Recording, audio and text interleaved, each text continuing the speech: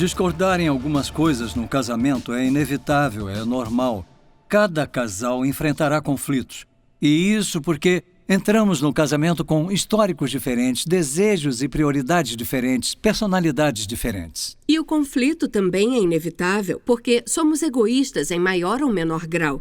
A maioria admite que é mais fácil focar nos próprios desejos e necessidades, nas próprias opiniões, do que nas do marido ou da esposa. E alguns casais pensam que, quando entram em conflito, tudo acabou. Que escolher o parceiro errado de vida. Em parte, isso ocorre porque a mídia e a cultura popular tendem a perpetuar a mensagem de que se a relação não é perfeita, se há desavenças e conflitos, estão no relacionamento errado. Mas isso não é verdade. Como casais, todos nós vamos discordar. Na verdade, é saudável discutir nossas diferenças. É muito melhor do que enterrar as desavenças, reprimir nossas opiniões e ideias ou negar que haja diferenças de opiniões entre nós. Conflito não significa que nos casamos com a pessoa errada ou que a relação está fadada ao fracasso. Na verdade, é o contrário. Enfrentar o conflito pode fortalecer o relacionamento. Ao invés de nos vermos em lados opostos, em nosso casamento, estamos do mesmo lado, na mesma equipe. Eu não sei se você já tentou remar um barco com seu parceiro. Foi uma das primeiras coisas que Sila e eu fizemos quando nos conhecemos na adolescência. E a gente não foi muito bem.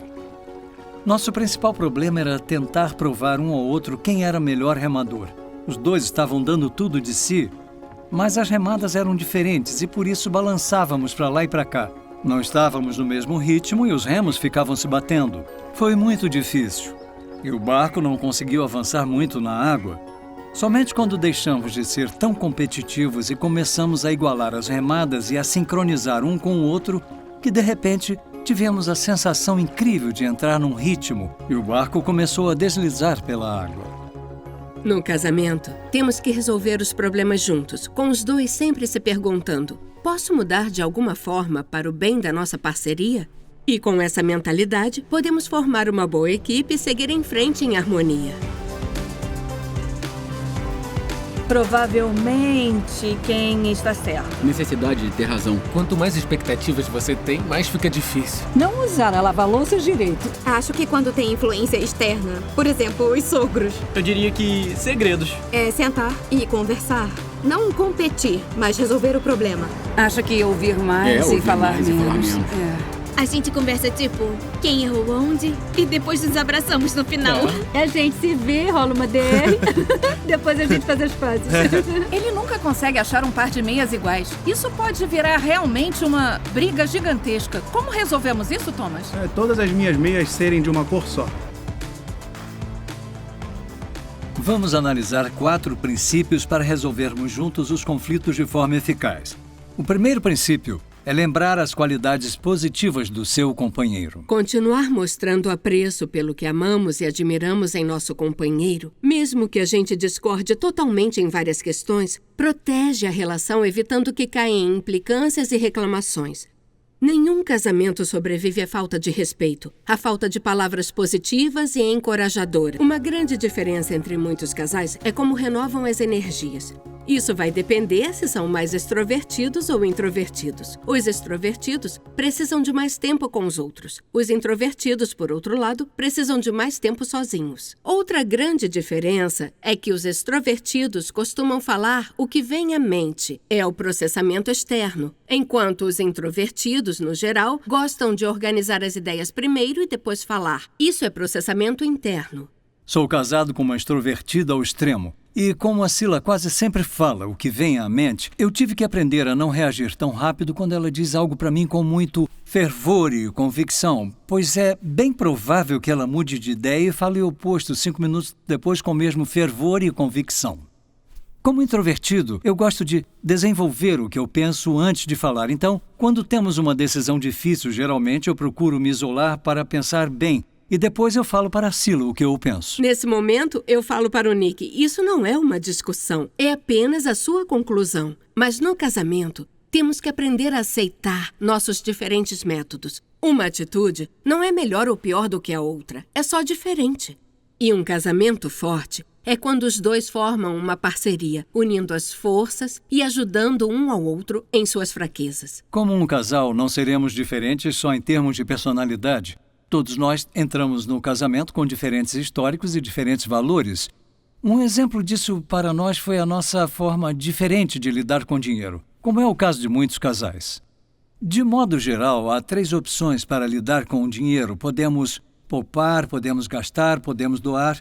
Bom, a Sila e eu nunca tivemos problemas em concordar sobre o quanto e a quem devemos doar dinheiro, mas com as outras 2 opções somos totalmente opostos. Eu acho que eu posso me descrever como um poupador natural. Enquanto eu estou bem mais para uma gastadora natural. Não quero que fiquem com a ideia errada. Não significa que sou uma compradora compulsiva. Eu gosto de fazer compras tanto quanto o Nick.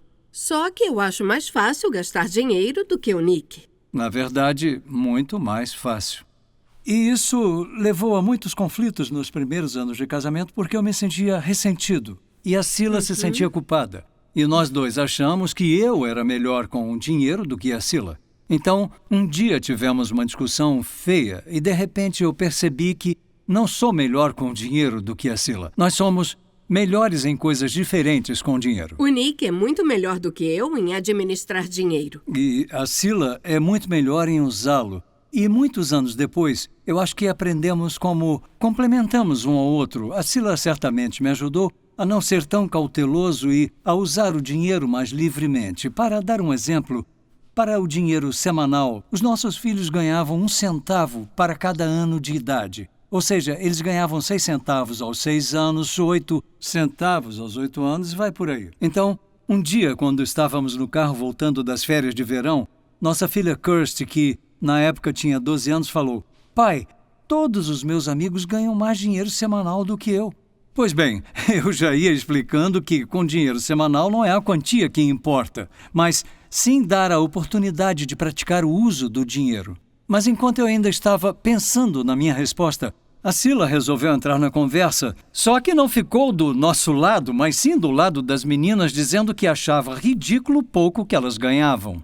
Quando chegamos em casa, o dinheiro dos nossos filhos tinha aumentado em um total de 1000%.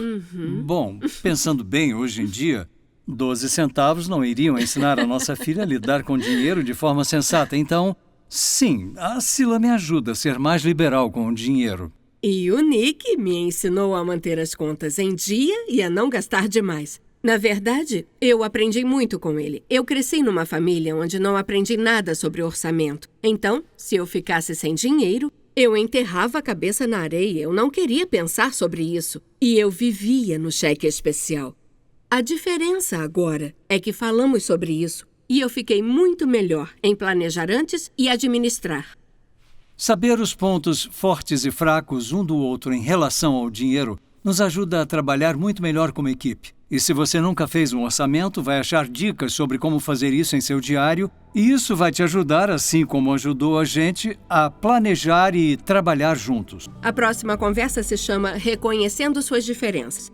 Então, lá na lista de assuntos, cada um vai colocar suas próprias iniciais e a do companheiro, onde você acha que se encaixa entre os 2 extremos. Vocês verão os exemplos do Nick e os meus. Com relação ao dinheiro, eu estou mais para gastadora, enquanto o Nick está muito mais para econômico. E na pontualidade, a Sila gosta de chegar com muita antecedência para pegar um trem ou um avião, enquanto eu prefiro chegar na hora, porque acho que chegar mais cedo do que o estritamente necessário parece completa perda de tempo. Quando estiver preenchendo as respostas, não olhe para o que seu marido ou esposa fez até que os 2 terminem. Depois, conversem sobre como, em pelo menos uma área, vocês se complementam e como podem agir efetivamente nessa área como uma equipe.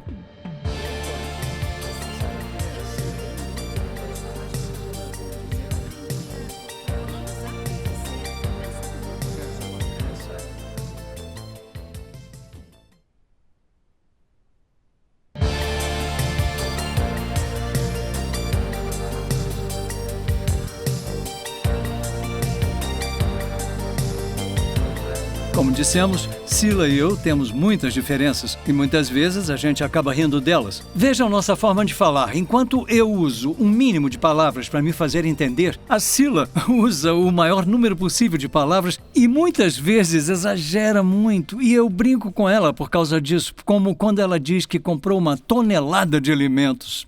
O humor é uma parte importante de um casamento saudável. Funciona mais ou menos como um óleo no carro. Sem ele, o motor vai fundir.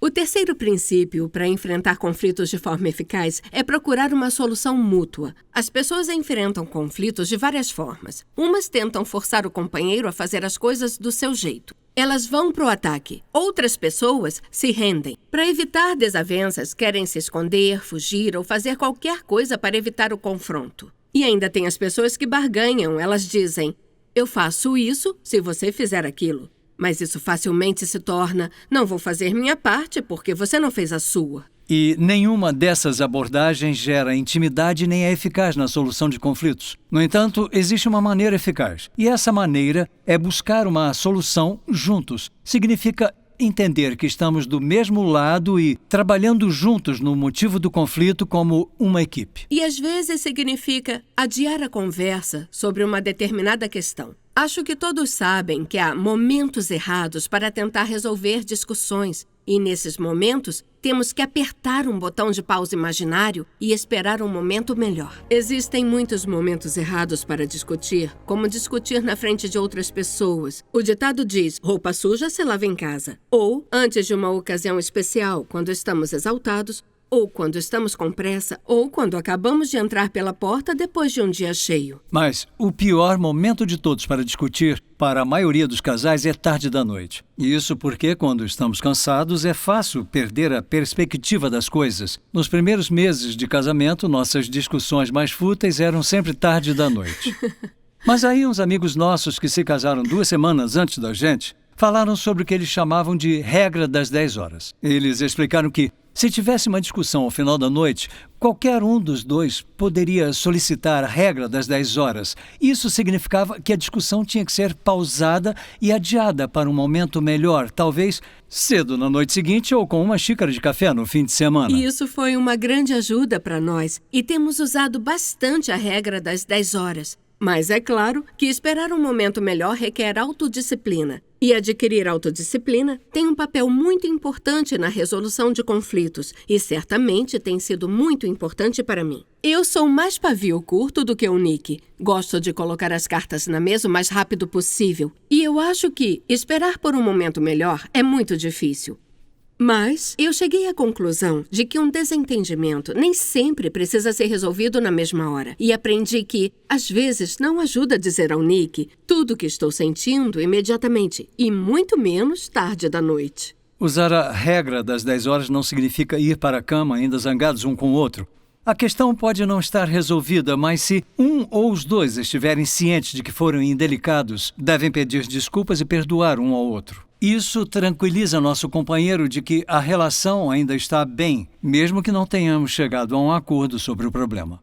Adiar uma desavença também pode exigir que alguns aprendam a controlar o temperamento, porque se a raiva estiver fora de controle, pode nos fazer lançar acusações um ao outro no calor de uma discussão, o que será muito prejudicial ao relacionamento. Vamos ver 5 passos muito práticos que nos ajudarão a chegar a um acordo e achar uma solução mútua. O primeiro passo é concentrar-se no problema que está causando o conflito. As discussões crescem facilmente e vão puxando várias outras coisas, tanto que às vezes nem nos lembramos sobre o que estávamos discutindo. Identificar e focar no problema principal evita que os desentendimentos evoluam.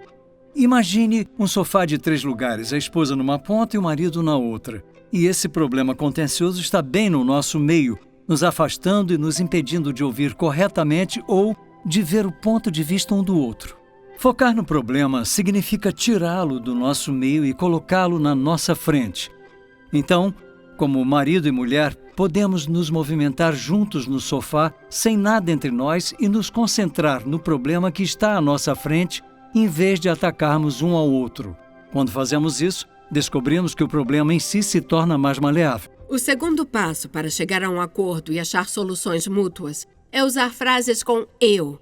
No calor de uma discussão, é tão fácil dizer você sempre ou você nunca.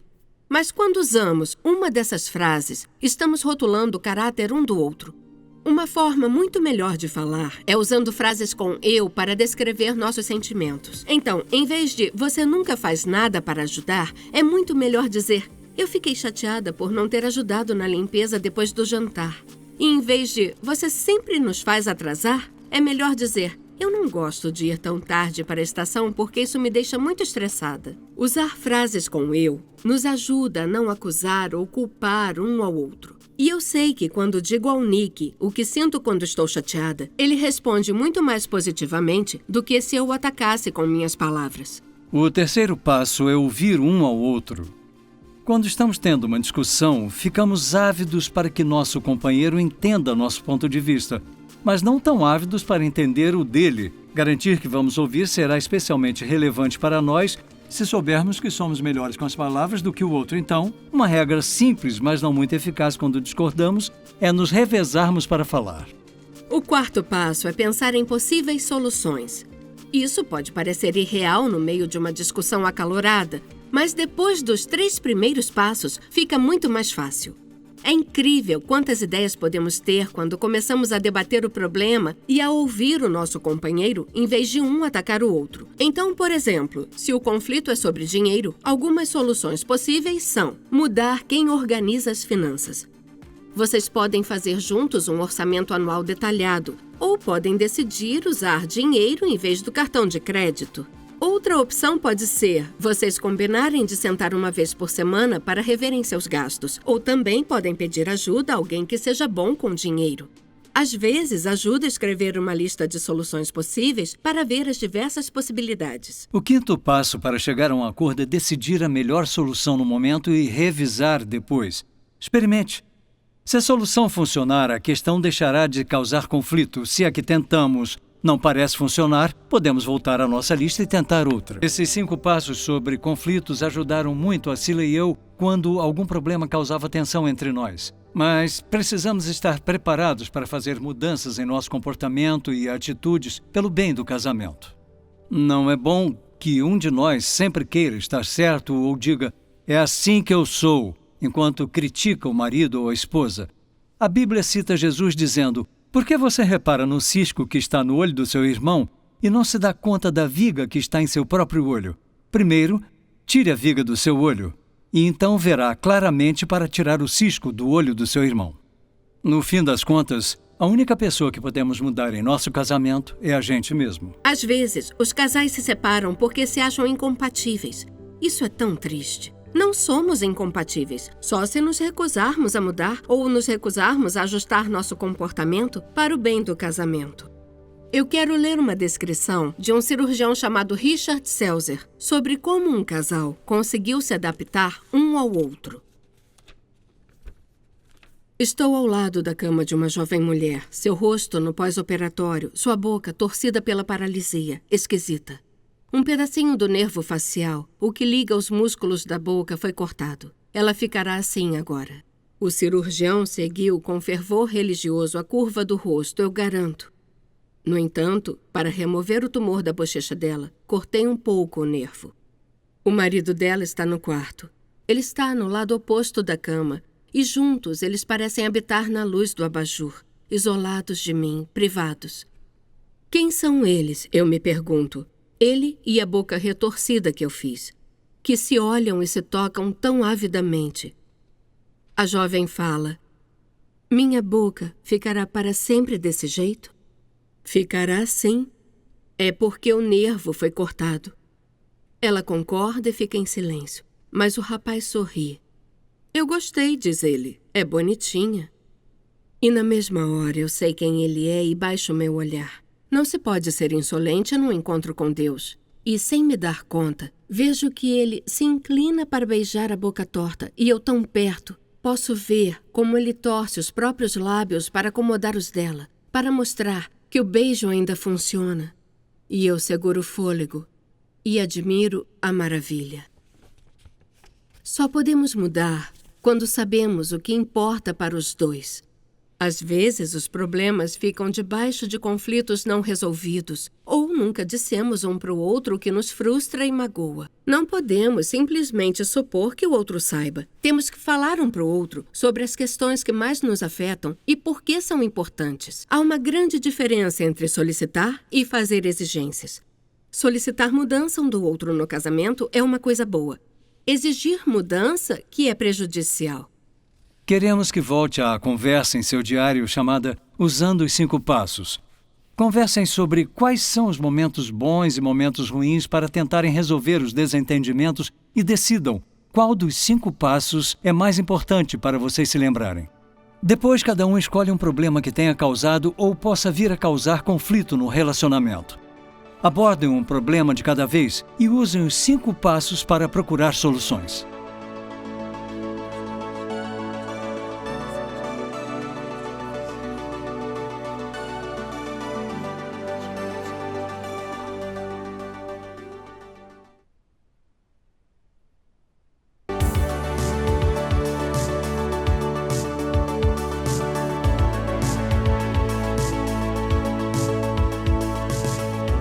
O quarto e último princípio para resolver conflitos de forma eficaz é apoiar seu companheiro. Há uma diferença fundamental entre esperar que ele atenda às nossas necessidades e focar em atender às necessidades do outro. Recentemente, eu li a história de um casal cujo casamento havia declinado de tal forma que mal se reconheciam entre eles. Anos de conflitos tinham praticamente destruído o casamento. Um dia, o marido teve uma crise no banho. Ele percebeu que não havia nada que ele pudesse fazer para mudar a esposa. Ele vinha tentando há mais de 20 anos, mas ele mesmo poderia fazer algumas mudanças. Na manhã seguinte, ele perguntou à esposa: "Como posso melhorar o seu dia?" Ela ficou surpresa e até desconfiada com a súbita mudança. Então, ela o testou. Pediu para ele limpar a cozinha e ele limpou. Na manhã seguinte, ele fez a mesma pergunta: "Como posso melhorar o seu dia?" "Limpe a garagem", ela respondeu. Foi um trabalho duro e ele teve um dia ocupado, mas fez o que ela pediu. No dia seguinte, ele perguntou de novo: "Como posso melhorar seu dia?" Dessa vez ela disse que não tinha nada, mas ele insistiu e perguntou todas as manhãs por 2 semanas. Por fim, sua esposa desabafou e disse: "Eu é que devia estar lhe perguntando isso." Ela pediu desculpas e disse: "Podemos passar algum tempo juntos?" Agora, todos os dias, o casal pergunta um ao outro como podem melhorar o dia um do outro. E o casamento deles foi totalmente transformado. Focar não no que nosso companheiro pode fazer por nós, mas no que podemos fazer por ele, não acontece naturalmente nem facilmente. E para o Nick e eu, essa é uma das áreas onde a nossa fé comum fez uma grande diferença no casamento. Depois de sairmos por quase 2 anos, nós nos convertemos. E resultou numa grande mudança em nosso relacionamento. Pensando bem, acho que uma razão foi que antes eu queria que nosso relacionamento e a Sila atendessem todas as minhas maiores necessidades. Quando comecei a suprir em Deus essas necessidades, isso trouxe uma grande mudança em nosso relacionamento. Quando, como marido e mulher, os dois buscam primeiro em Deus para suprir suas necessidades de amor incondicional, encontram um sentido de importância, segurança e autoestima. E como a Sila e eu experimentamos ter as necessidades supridas em um relacionamento pessoal com Deus, descobrimos que podíamos nos focar mais em suprir as necessidades um do outro. Uma maneira que o Nick e eu temos para nos apoiar é passar alguns minutos por dia orando um com o outro e pelo outro. Este curto tempo de oração não é só para nos conectarmos com Deus, mas também um com o outro. Nós apenas perguntamos: pelo que posso orar por você hoje? E a resposta será sobre coisas muito pessoais, aquilo que for mais importante. Coisas que nos preocupem, ou uma decisão difícil de tomar, ou algo relacionado aos nossos filhos. E então cada um faz uma pequena oração sobre o que o outro pediu. Mas também sabemos que não dá para orar, e provavelmente nem teremos vontade, se houver um conflito não resolvido entre nós, porque orar junto é uma coisa muito íntima de se fazer. Então, às vezes, antes de orarmos, temos que pedir desculpas se um dos dois sabe que aborreceu o outro. E quase sempre, esses poucos minutos orando juntos têm sido um catalisador para que a gente se entenda melhor. Certamente temos que perseverar e ter o compromisso de orar juntos. Como nossos programas a sós não acontecem por acaso, temos que planejar isso em nossas vidas e tornar um hábito, claro. Nem sempre conseguimos, mas quando conseguimos, é uma das coisas que mais nos une como casal. É um momento de conexão e sempre faz a diferença. Antes de encerrarmos, queremos dar a vocês a oportunidade de perguntar ao seu companheiro: Se vocês gostam de orar, se perguntem pelo que posso orar por você e depois orem de maneira simples, em voz alta ou em silêncio. Senhor, por favor, ajude meu companheiro no que ele precisar. Obrigado, Senhor. Amém. Se não se sentem à vontade para orar, perguntem um ao outro o que o Nick mencionou antes. Como posso melhorar o seu dia? E depois respondam de uma forma que expresse seu apoio.